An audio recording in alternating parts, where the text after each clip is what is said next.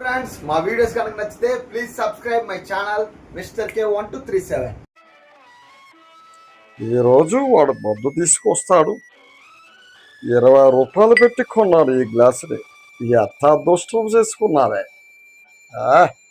ఈ అందమైన గ్లాసులు వాడు తెచ్చే మందుని ఎక్కడ వరకు వేసి చల్లని నీళ్లు వేసి ఎంత ఆవకాయ ముక్క నాలుక మీద పెడితే ఎంతకన్నా అదృష్టమా.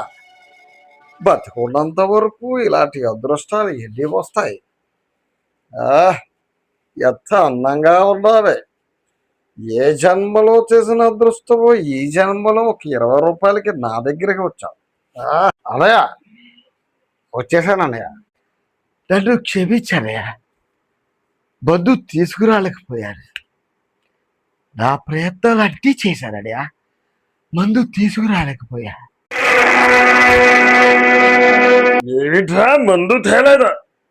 ఎంత పని చేసావరా? ఎంత పని చేసావు? ఇంత నమ్మక ద్రోహం.